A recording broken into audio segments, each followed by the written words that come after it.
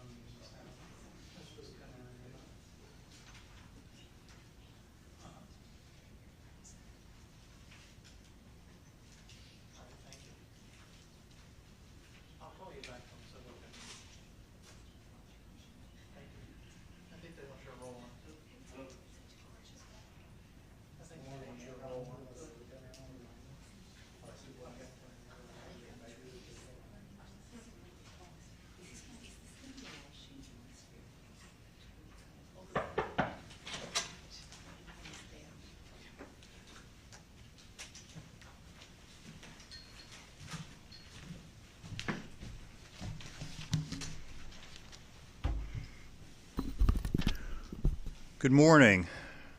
I'm Roger Handberg, United States Attorney for the Middle District of Florida.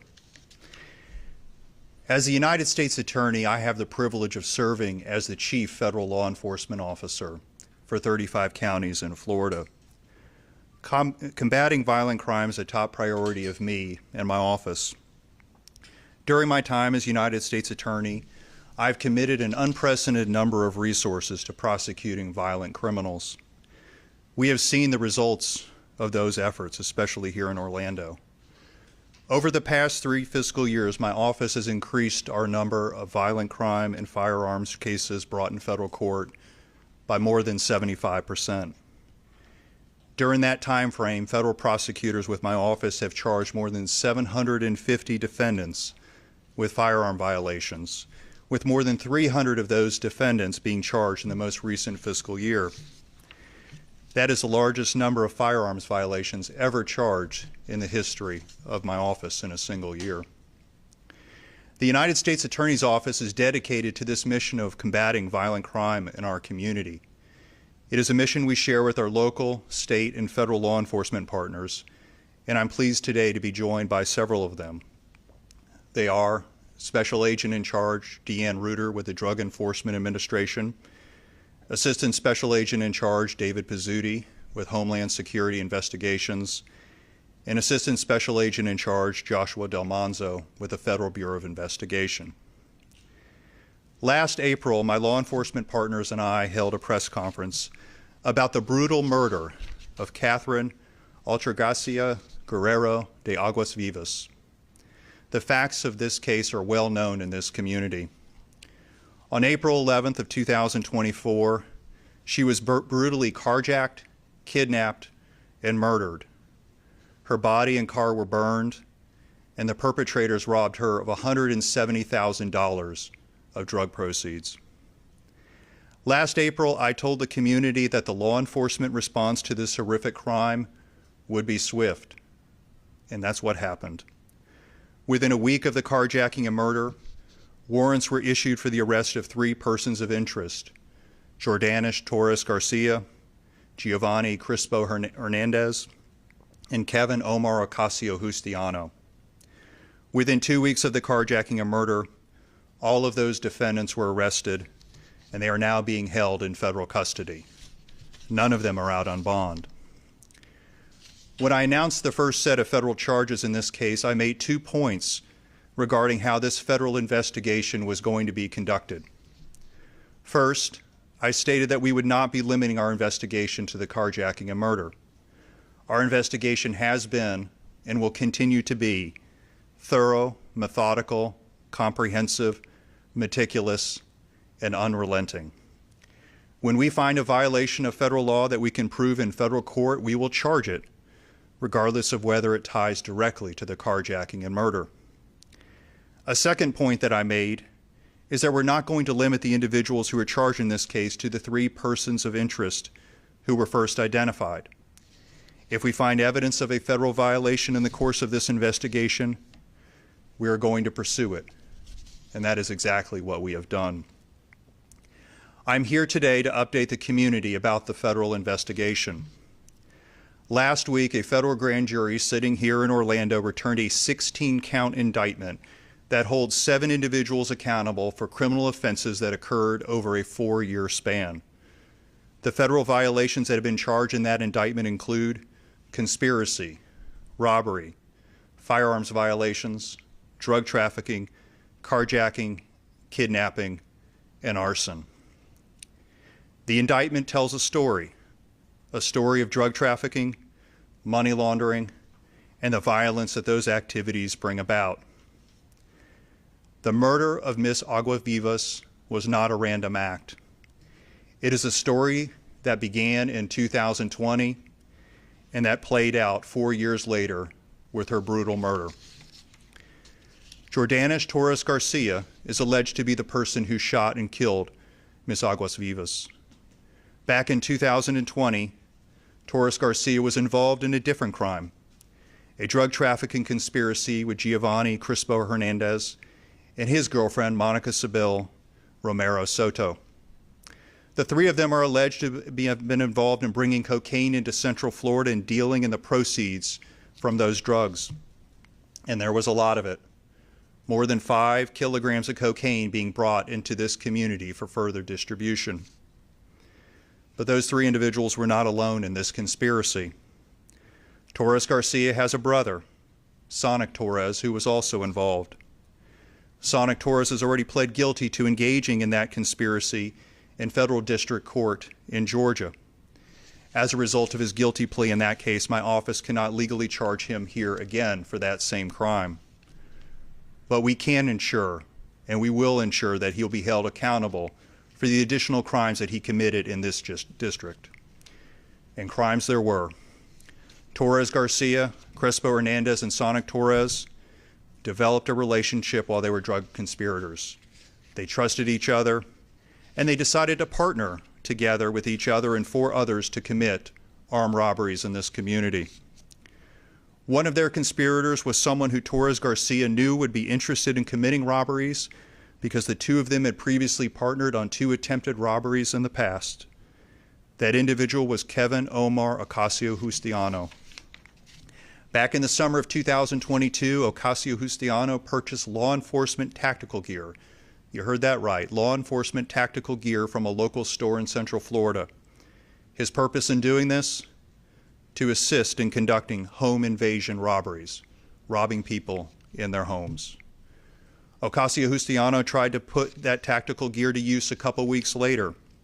He met up with Torres Garcia and 2 others. Each of them was armed with a firearm. Ocasio-Justiano, Torres Garcia, and one of the participants put on that tactical gear.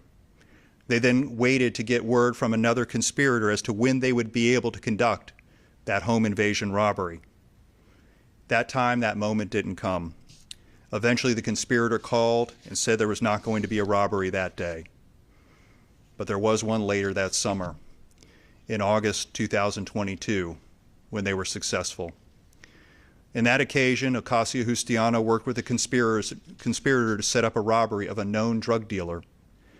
The drug dealer thought that he was selling them a kilogram of cocaine. Ocasio-Justiano and Torres Garcia, well, they had other plans. They armed themselves with firearms and showed up at the location where the deal was going to take place. After the drug dealer put the kilogram of cocaine into their car, they drove away without paying. They then sold the cocaine and distributed the proceeds amongst themselves and their other conspirator. So let's now fast forward to 2024, to the robbery conspiracy that took place at the beginning of last year. Torres Garcia, Crespo Hernandez, Sonic Torres, and Ocasio-Justiano, they were joined in their conspiracy with 3 others. They were Derek Alexis Rodriguez Bonilla, Annalise Colon de Jesus, Cesar Augusto Silva Fernandez. Over the course of 2 months, these 7 conspirators were involved in 4 robberies or attempted robberies here in Central Florida. What did each of those robberies have in common? Firearms. Each robbery involved an armed robbery of a victim. This crime spree began on February 9th of last year when Torres Garcia partnered with Colon de Jesus and Silva Fernandez and others to commit an armed robbery of a victim. Less than a week later, on February 15th, Torres Garcia partnered with his brother Sonic Torres and Ocasio Justiano to commit a home invasion robbery in Point Siena. Torres Garcia called Ocasio Justiano to recruit him to participate. Torres Garcia and Sonic Torres then picked up Ocasio Justiano, and the three of them drove together to the home that they were going to invade. They arrived late at night. They forced the door open with a crowbar, and they broke into the home wearing masks and armed with firearms. They confined the 6 victims into a room and began searching their home for valuables. They stole watches. They stole jewelry, which Torres Garcia and Ocasio Justiano were recorded on video selling at a pawn shop the next day. On April 10th, the conspirators conducted an attempted robbery. The victim this time was the owner of a tow truck company. On that evening, the owner returned to his home in Orange County. As he parked in his driveway and exited his truck, Torres Garcia stopped his car in the street near the victim's driveway. The car Torres Garcia was driving, a green Acura. Torres Garcia and Rodriguez Bonilla exited the Acura and began firing at the victim. More than 100 bullets were fired. The victim was shot several times, killing him. This was an attempted robbery. After the shooting, one of the assailants was observed retrieving something from the victim's truck before fleeing in the green Acura. All of that leads to April 11th. On that date, Ms. Aguas Vivas, she drove several hours north from her home in Homestead, Florida, and met with Crespo Hernandez in his home in Castleberry. Ms. Aguas Vivas was picking up $170,000 of drug proceeds from Crespo Hernandez. Prior to her arrival in Castleberry, the conspirators made arrangements to execute their plan. Torres Garcia and Ocasio Justiano bought the lighter fluid that would be used later that day to burn the victim in her vehicle, and some of the conspirators made phone calls to each other as the plan progressed. When the victim arrived to pick up the cash, Torres Garcia and Ocasio Justiano were waiting, and they were in communication with Crespo Hernandez to coordinate the carjacking. And that is what happened. Torres Garcia and Ocasio Justiano followed the victim when she left, driving in a green Acura, and they proceeded to commit the carjacking that witnesses saw and captured on a cell phone video. Torres Garcia was holding an AR-15 rifle and got into the back seat of the white Durango that the victim was driving. With Torres Garcia in the back of her car and Ocasio Justiano following in the green Acura, the victim drove at gunpoint to a deserted construction site in the Boggy Creek area of Kissimmee. After they arrived, Rodriguez Bonilla delivered the firearm to be used for the killing. Ms. Aguas Vivas was held at gunpoint, and after the murder weapon was delivered, she was shot several times, and her body and car were lit on fire. Her body was so badly burned that she could only later be identified by DNA evidence left in the burned-out vehicle. The crimes that I've summarized here today have a number of things in common. The use of firearms to commit robberies, the use of firearms to steal drugs and the proceeds of drug trafficking, the green Acura that was used in the murder of the tow truck driver on April 10th, and that was used the next day in the carjacking, murder, and kidnapping of Ms. Aguas Vivas, and the use of a firearm in the murder of the tow truck owner on April 10th. That was the same gun that Rodriguez Bonilla delivered to Torres Garcia at the deserted construction site where Torres Garcia murdered Ms. Aguas Vivas the next day, which was established by a comparison of spent cartridges from the two murders.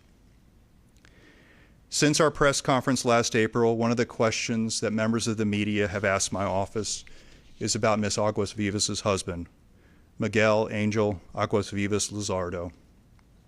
The answer to that question, he was indicted in October by a federal grand jury here in Orlando.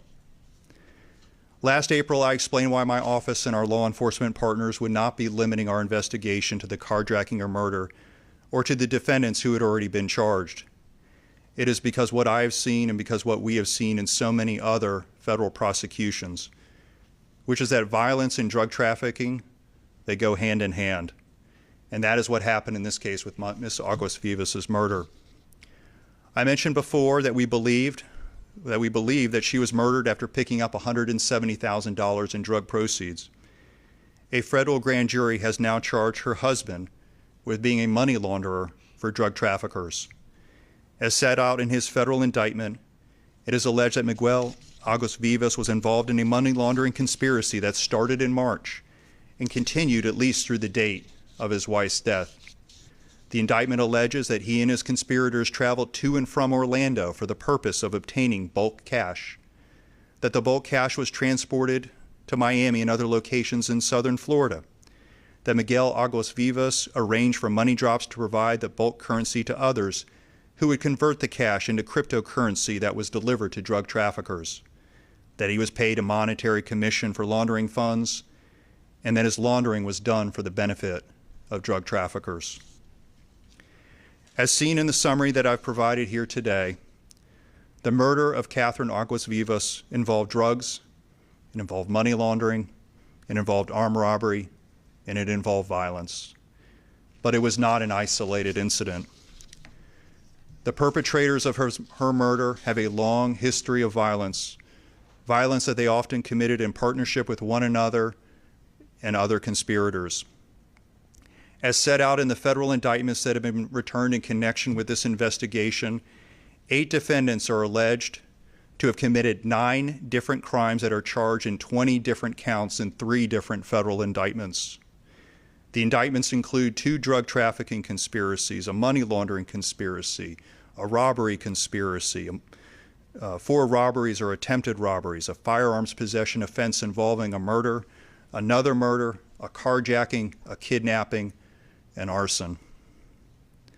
The violations in this case are serious, and my office has emptied the federal criminal code to ensure that we hold everyone involved in these crimes responsible for the full scope of their participation in them. 9 defendants have been charged so far as part of this investigation. One of them, Ocasio Justiano, pled guilty yesterday in federal court. The other 8 are pending trial. The allegations that I've summarized here today about the case against those 8 defendants, well, they're just that, they're allegations. Torres Garcia, Sonic Torres, Crespo Hernandez, Rodriguez Bonilla, Romero Soto, Colon de Jesus, Silva Fernandez, and Miguel Aguas Vivas, all of them are presumed innocent unless and until proven guilty. Violence and drug trafficking go hand in hand. This case is an example of why that is true.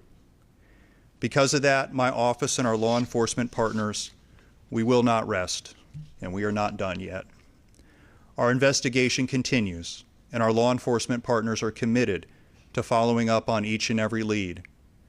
Our federal investigation has been and will continue to be comprehensive. Our goal is to hold everyone accountable who is involved in these crimes. And we will not rest. We will not rest until justice is done for the victims and until those who are involved in these crimes are held accountable. And with that, I'm going to turn it over to Special Agent in Charge, Deanne Reuter. Good morning. It's a pleasure to be here for this important announcement. I am Special Agent in Charge Deanne Reuter of the Drug Enforcement Administration, Miami Field Division. Thank you, U.S. Attorney Hamburg, for holding this press conference and inviting us all to participate here. This indictment was a culmination of multiple events and investigations tied to this violent drug trafficking organization. It occurred over several years, as you heard. It also included the partnership of multiple agencies and offices, to include the DEA offices in Orlando, Tampa, Fort Myers, Miami, and Savannah, Georgia. It also included the United States Postal Inspection Service, Homeland Security Investigation offices in Miami, Orlando, and Puerto Rico, and of course the Seminole County Sheriff's Office and the Federal Bureau of Investigation, Orlando office, following the horrific carjacking and murder. For this indictment, DEA's main focus was on the drug trafficking and money laundering activities that U.S. Attorney Hamburg outlined for you. The main suspects involved in the drug trafficking were Jordanish Torres Garcia, Giovanni Crespo Hernandez, Monik Sabal Romero Soto, Sonic Torres Jr., and Sonic Torres Sr., the last of which was charged in a separate indictment. The multiple investigations involving these violent offenders began with the collection of drug proceeds and money laundering throughout the state of Florida. These defendants then proceeded to reveal their drug distribution network, primarily cocaine, throughout the state of Florida and Puerto Rico. And then they graduated to armed robbery, kidnapping, and murder. They valued personal profit over human life, as illustrated by their violent, heinous acts. Law enforcement first became aware of this drug trafficking organization in 2020 due to the activities of Giovanni Crespo Hernandez. He was stopped in South Florida delivering over $300,000 in drug proceeds. Then in 2021, Crespo Hernandez's fingerprint was found on packaging material and used to wrap a kilogram of cocaine seized during a DEA Tampa investigation. A wiretap conducted by DEA Savannah, Georgia, later intercepted Crespo Hernandez and Jordanish Torres Garcia discussing narcotics transactions. Later, DEA Orlando made an arrest of this organization, this violent drug organization in Puerto Rico. This opened other leads and avenues to later help solve the carjacking homicide and led to these current indictments. Soon after the violent carjacking and murder described by U.S. Attorney Hamburg, DEA obtained and shared information on the identities of the members of the drug trafficking organization who were involved in the carjacking and the murder. This was prior to any of the forensic investigative leads had come back yet. On April 17, 2024, HSI and DEA executed search warrants related to members of this drug trafficking organization. They were also involved in the carjacking and murder. During this time, HSI, acting on information from HSI Puerto Rico, intercepted a package that contained 3 kilograms of cocaine, which led to the arrest of Romero Soto. DEA and HSI combined their intelligence and worked with the U.S. Postal Investigative Service to make connections about previous deliveries of cocaine to the Orlando area. This effort led to the identification of 13 additional packages coming from Puerto Rico to Orlando between 2021 and 2023, which contained roughly 27 kilograms of cocaine. I am incredibly proud of the hard work and dedication of the men and women of DEA, that of all of our law enforcement partners, and this U.S. Attorney's Office, tying this drug ring to the violent aspects of drug trafficking. Drug trafficking and violence are intertwined, as you can see from this indictment. Cases like this require long hours, coordination, and attention to detail to make our communities safe. DEA and our partners continue to make violent drug traffickers a top priority and bring these criminals to justice. Thank you, and I will turn it back over to U.S. Attorney Hamburg for questions.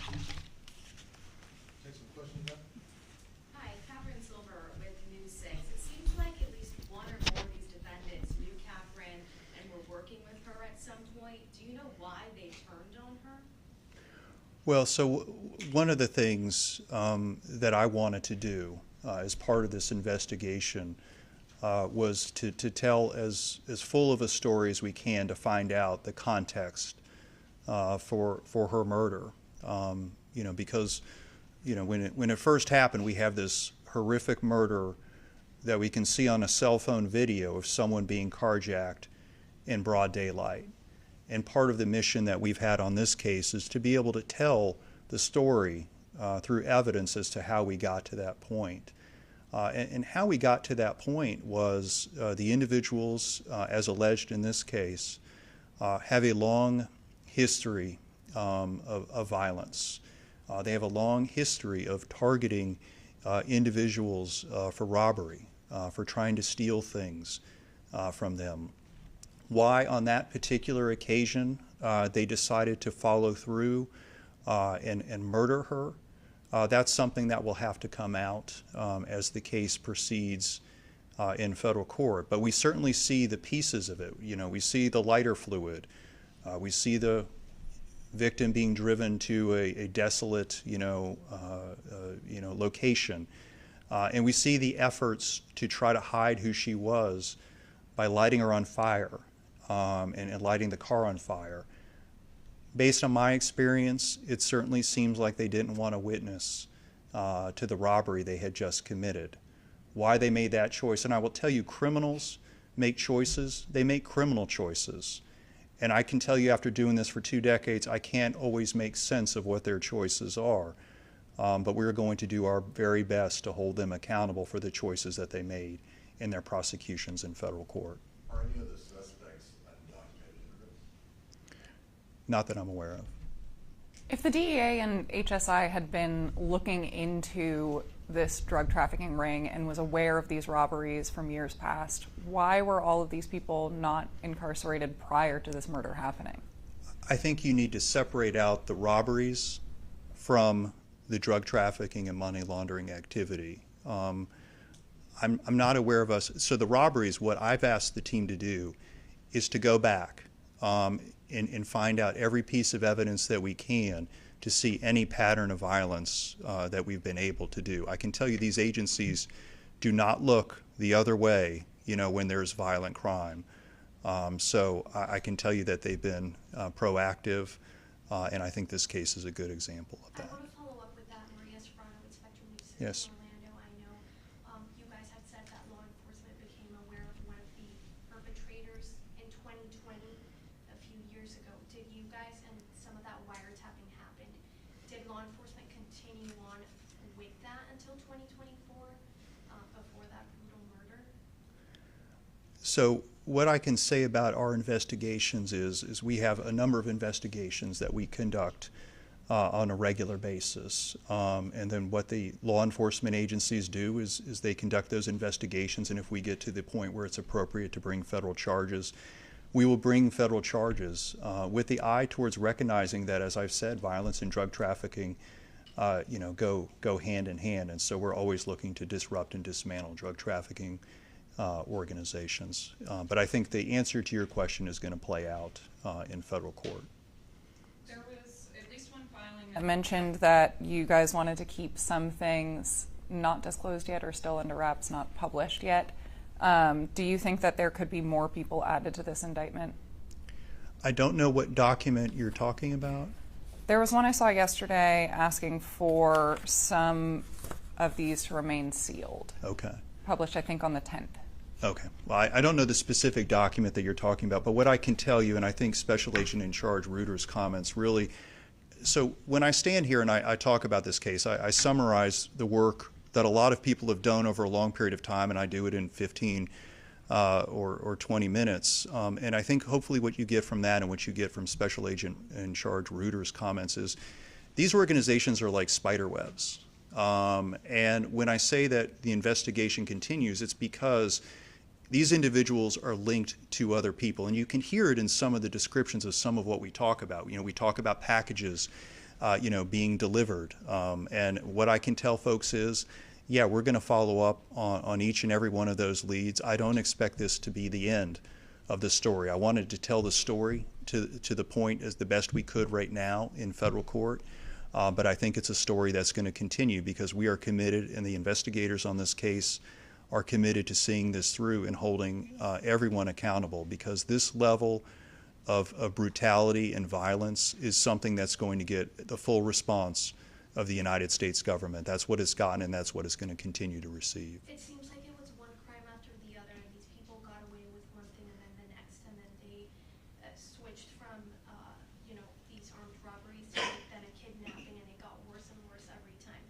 is your message to folks that are watching this story, particularly bad actors that are involved in drug rings?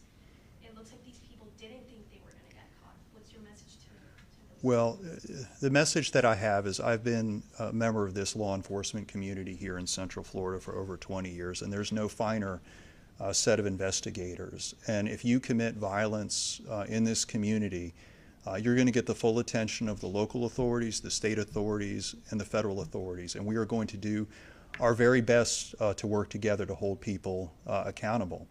And these investigators are meticulous. When I say they follow up on each and every lead, they will find every piece of evidence to be able to put together a case against individuals. What the defendants tried to do in this case, you know, there was a time where some of their robberies were of people who they thought maybe wouldn't report it to law enforcement. I mentioned a robbery of a known drug dealer. You know, that's something we often see, was they rob someone who may not have a motivation to report it to the police. Sometimes they wear masks, they wear hoods. But what I can tell them is that the investigators on these cases, they're going to pull that hood off, they're going to unmask these perpetrators, and they're going to find the evidence to hold them accountable, and we are determined to do that.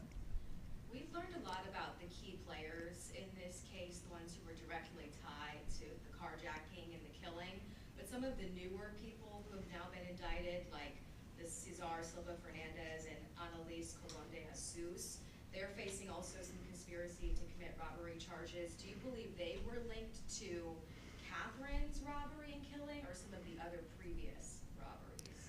So of one of the three people I mentioned here today, one of them is Rodriguez Bonilla, and he is charged in connection with her robbery. And the other two right now are charged in the Hobbs Act conspiracy, which does go through the date of Ms. Aguas Vivas's murder. And we're going to continue to have more information about the specific charges against them as the case develops in federal court.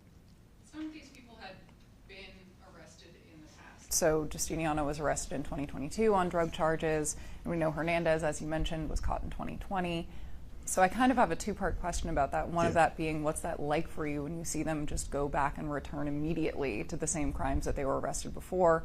And I want to circle back to the question I asked previously about you guys being aware that these things were happening. The DEA had tapped phones and had been looking into these people for a long time, but it still culminated in this murder.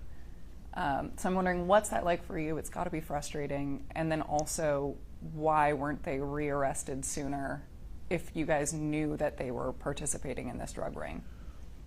Well, so your first question, so I've been doing this, as I've said, I've been doing this, for a long time. And what we do is we do the very best we can to bring charges that will be sustained in federal court according to the principles of federal prosecution. And we try to get the appropriate sentence. I certainly have seen over the course of my career, we have a number of defendants who, that is not the end of their criminal history. They continue on.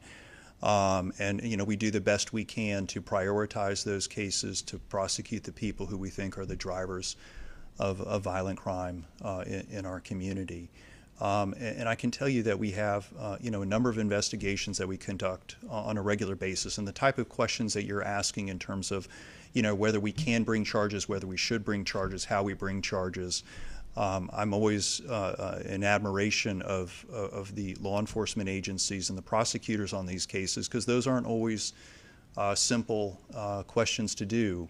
Sometimes it's a little easier when you look back at it with a little bit of hindsight. But what I can tell you are there's a lot of choices they make every day that have stopped exactly the sort of thing that you're worried about. They have stopped somebody from being a driver of violent crime in the future. And what I can tell you is we always try to do the best we can. We always re-examine what we do, and we're going to do the very best we can in this case, in every case and investigation that we have. All right. Well, I have one more. I'm sorry. I am also wondering about the connection with the tow truck driver who was killed. Is there any insight as to why he might have been targeted specifically? We certainly have a theory on that, and I think I'd rather have the prosecutors lay that theory out in federal court. I don't think that's been publicized yet, but I said before that her murder was not random. I think what you're going to find with all of the robberies in this case is that none of them are random acts. And that's one reason I wanted to have this press conference, because I know members of the community, they have that concern.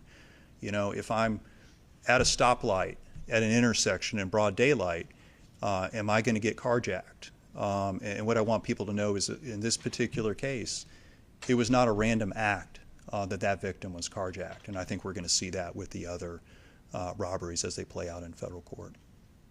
So, thank you very much for your time and attention.